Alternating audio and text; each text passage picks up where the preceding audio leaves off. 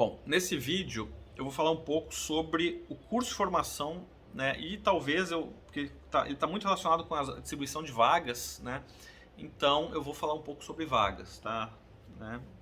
Espero que não fique tão longo quanto o último vídeo. Eu acabei fazendo alguns comentários mais genéricos no final que alongaram ele um pouco mais, mas eu acho que foi interessante aí para quem está começando aí a se interessar e pelo concurso da Petrobras, tá? Mas o curso de formação, né, ele tem uma duração distinta para cada cargo, né? Alguns cargos que são muito genéricos, ou tipo assim, ou que a atuação da Petrobras seja muito parecida com a atuação do mercado, esses cursos são muito mais curtos. Pode ser um curso de um mês, por exemplo, né? Normalmente ele próximo aos polos, né? Que para onde a pessoa está fazendo o concurso, tá? Onde estão as vagas, tá? Mas, né, isso aqui talvez seja um assunto mais relevante, talvez, para os cargos de nível superior. Por quê? Porque são aqueles cargos onde vem gente do Brasil inteiro num lugar só. São os concursos que oferecem mais vagas, né? E daí que as pessoas têm que mudar para o Rio de Janeiro, ou para Bahia, ou para São Paulo, enfim, para onde está sendo executado aquele curso de formação, né? E lá, né, recebe ou um auxílio além do salário recebe um auxílio para morar lá, porque ela está morando de forma provisória durante 2, 3, 4 meses, né, dependendo do curso de formação, né? Ou a Petrobras paga um hotel para a pessoa ficar instalada durante aquele período, paga uma passagem para a pessoa ir, né, até lá. Tem todo o exame admissional, né? Ele é preliminar isso tudo, ou seja, a Petrobras indica clínicas enfim, um local para fazer os exames médicos admissionais, né? E também alguns exames psicotécnicos que são feitos, né? Em alguma sede mais próxima daquele polo que está sendo, onde a pessoa mora. Aí é onde a pessoa mora, não onde a pessoa vai fazer o curso de formação. O meu, por exemplo, que eu morava no Rio Grande do Sul, o meu polo seria até na Refap, aqui na refinaria aqui em Canoas, que é onde eu moro. Inclusive eu estou agora visitando meus pais, né?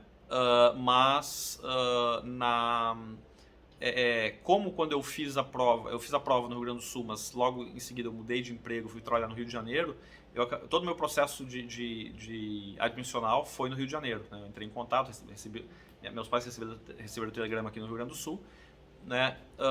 E me comunicaram, né, para entrar em contato com a Petrobras, com a RH da Petrobras, caso eu não pudesse me apresentar na refinaria aqui em Canoas, no Rio Grande do Sul, né? Entrei em contato com eles e me apresentei no edifício sede no Rio de Janeiro, né? Estava morando em Resende, próximo do Rio de Janeiro, então peguei meu carro e fui para lá, né? Então tem essa fase preliminar, né, quando chegar o telegrama para se apresentar, para, né, fazer os exames admissionais, e depois vai ter um curso de formação em algum lugar, né? E a distribuição de vagas, normalmente, né, ela só é divulgada ao final do curso de formação. Por quê? Porque essas coisas são muito dinâmicas, né? Isso aí é uma coisa que gera estresse durante o curso de formação, né? Gera bastante estresse, por quê?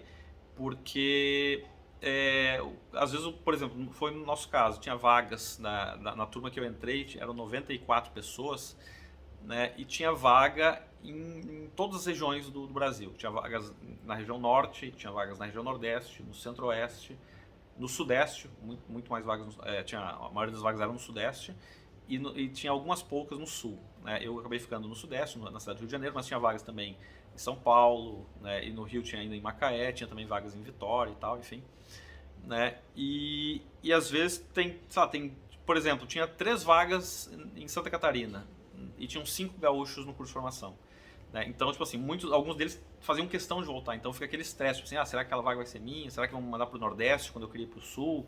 Ou o contrário, vão mandar para o Sul quando eu queria ir para o Nordeste, né?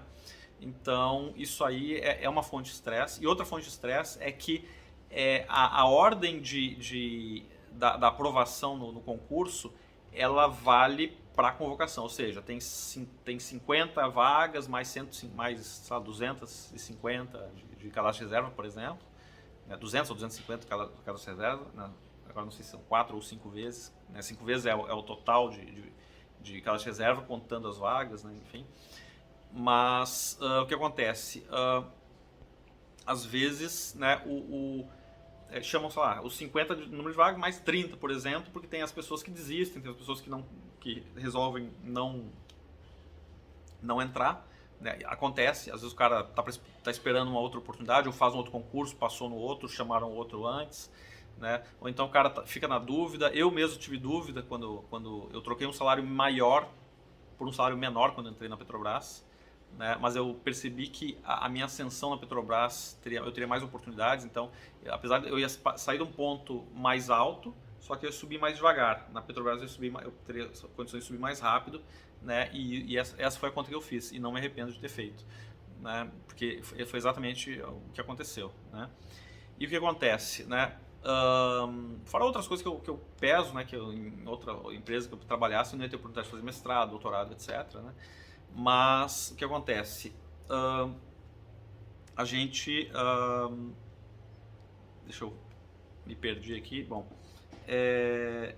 mas eu estava falando a perfeito das vagas, né? Então a gente... sei lá, vamos chamar 70 pessoas do cadastro de reservas, vamos chamar os 70 primeiros. Se o cara ficou em 71º, né? Ele não vai ser chamado, vão chamar só 70. Vão chamar ele, talvez, desses 70 primeiros que chamaram, alguns não se candidataram, não se prontificaram, né? Pode ser que esses 70 foram chamados já contando com algumas desistências, ou não. Às vezes, não, eu quero 70, vou chamar 70 para vai ter, se tiver 10 desistências, eu chamo mais 10, se tiver 2 desistências, eu chamo mais 2, se não tiver desistência, eu não chamo ninguém, né? E aí vale a ordem do concurso, tá? Se o camarada, tipo assim, beleza, pô, eu passei a minha colocação, por exemplo, entre os 94, eu acho que foi tipo 20º, né? Não lembro, né? Em torno de, sei lá, 20º, 25º, 30º, que seja, 96º, 94º, né? Por exemplo. O que vale para a distribuição de vagas é a ordem no curso de formação. Então eu posso ter passado em último entre os que foram chamados para a escolha das vagas, que eles falam o seguinte, o RH fala o seguinte, olha, é perfil e desempenho, né? O desempenho vai dar preferência para aquele cara, ele vai ter preferência para escolher, mas também é perfil, porque, por exemplo, eu quero uma vaga embarcado, né? Tem uma vaga de técnico de manutenção embarcado, essa vaga paga 100 e poucos % de adicionais e tal, que eu esqueci até de falar no vídeo anterior, né, dos adicionais para embarque, sobre aviso, etc, que acontece, trabalha em turno e tal, né, são adicionais bastante agressivos, na ordem de, dependendo do adicional, de 30% para cima, né, sobre o salário básico, né, então são adicionais importantes, né. Então, eventualmente o cara diz assim, pô, o cara tá lá embarcado, faço questão, e o cara foi o primeiro do curso de formação, mesmo não tendo sido o primeiro do concurso, né, o que realmente é o que menos importa na hora da escolha das vagas, porém, apesar de ter sido o primeiro e ser o prioritário na escolha das vagas, se ele escolher uma vaga que não foi meio que feito para ele, ou seja, uma vaga que exige uma competência psicológica que ele não tem, identificado, sei lá, num psicotécnico, por exemplo, esse cara ele tem problemas de ansiedade, ele tem alguns traços de personalidade que não, vamos dizer assim, que não colaboram para que ele trabalhe embarcado, sob regime de confinamento, né, sob regime de periculosidade, né, num ambiente com muita gente, ou fechado, ou que ele vai ter que entrar eventualmente num tanque, ou que ele vai ter que, sei lá, fazer força para manipular uma válvula, né? Dependendo do peso, por exemplo, né? Tipo assim, uma pessoa muito obesa, por exemplo, pode ter dificuldade de embarcar em aeronaves, em helicópteros, por exemplo, né? Ou de subir uma escada, ou né? Tipo assim, porque são ambientes que é uma ginástica que o cara faz para estar embarcado, né? Para estar subindo e descendo escada diariamente, né?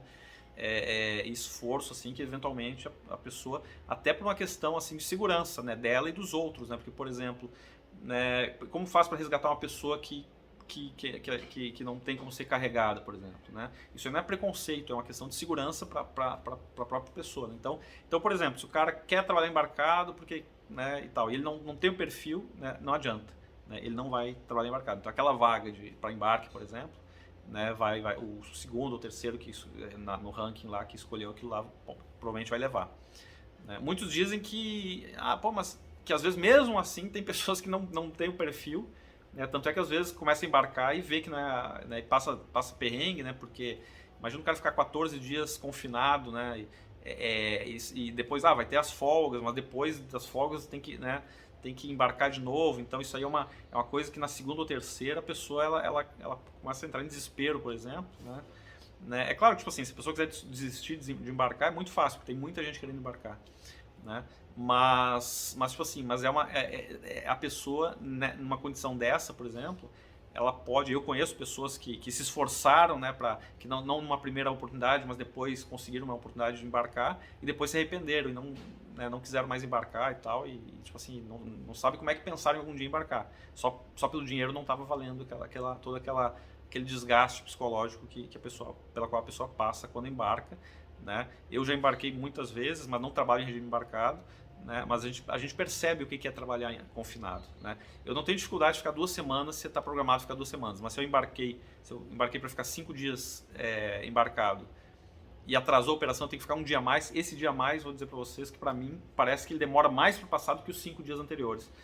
Né? Já aconteceu de eu não ter roupa limpa, porque eu embarquei para uma atividade que tinha uma duração tal e eu ia desembarcar naquele dia, estava até programado o helicóptero para me buscar. Né? Eu levei a quantidade certa de roupa, né, para sujar e para, né, que eu posso também levar menos roupa, vou ficar 2 semanas, levo, sei lá, X mudas de roupa, boto para lavar, porque tem lavanderia a bordo, né? E administro isso, ok. Só que como eu não esperava por isso, eu não me preparei para isso. E inclusive eu ia desembarcar, estava com a mala pronta assim, para desembarcar por condição de mar, o helicóptero não conseguiu pousar, era um navio de instalação, então o navio balança bastante, por condição de mar o helicóptero não conseguiu pousar para que eu pudesse desembarcar, né? O helicóptero foi embora e eu fiquei com a mala na mão, né? E eu não tinha uma roupa limpa, né? Então isso aí me gerou um estresse grande, né? Então eu não vi a hora, aí tu fica olhando televisão, tu não tem o que fazer, né, trabalhar é a melhor coisa nessas horas, né? Porque tu te distrai, tu faz uma coisa útil e aí tu passa os 14 dias. Né? Se tu ficar à toa lá, realmente, né, é algo meio, pra mim, né, tipo assim, foi péssimo, né? Então, assim como eu tenho dificuldade com isso, outras pessoas, o simples fato de estar embarcado, de não ter para onde, de ir lá pelas tantas, eu quero ir embora no meio da noite, aí não tem, vai fazer o quê? Vai ir nadando? Né? Não tem como, né? Tu tem que esperar o próximo helicóptero, na pior hipótese, né? E ninguém vai chamar um helicóptero só para tu desembarcar, não sei, porque tem um problema sério de saúde, por exemplo, né? Porque não é assim que funcionam as coisas, porque tem voos praticamente todos os dias, mas tem pessoas subindo e descendo por N motivos, né? Tem as turmas, né, que sobem regularmente e tal, mas tem pessoas que embarcam para embarques esporádicos, por exemplo, para 1, 2, 3 dias e tal, e é feito um gerenciamento diário dessas vagas a bordo, né, para que agora tem que fazer manutenção na válvula, então tem que vir o fabricante da válvula, o representante do comercial no Brasil, né, um técnico lá do centro de pesquisas, né, que vai acompanhar, mais um cara da base tem que vir também, então, né, aí eles vão ficar, um vai ficar 4 dias, outro vai ficar 3 dias, só quando é demandado, o outro vai um bate e volta, então tem tudo, isso aí tudo é um quebra-cabeça bem difícil de montar, né, então enfim, né, essa parte aí de logística, né, é bastante complexa, então por isso que se faz um esforço tão grande, né, para que só embarque, né, na medida do possível, quem tem uma boa predisposição para embarque, né. Então, pessoal, é isso por enquanto. Falei do curso de formação e das vagas. Talvez eu complemente um pouco, porque realmente eu não vi a duração para cada cargo, né, e eu posso comentar mais um pouquinho sobre isso. Mas aí fica para os próximos vídeos, ok? Muito obrigado e até a próxima.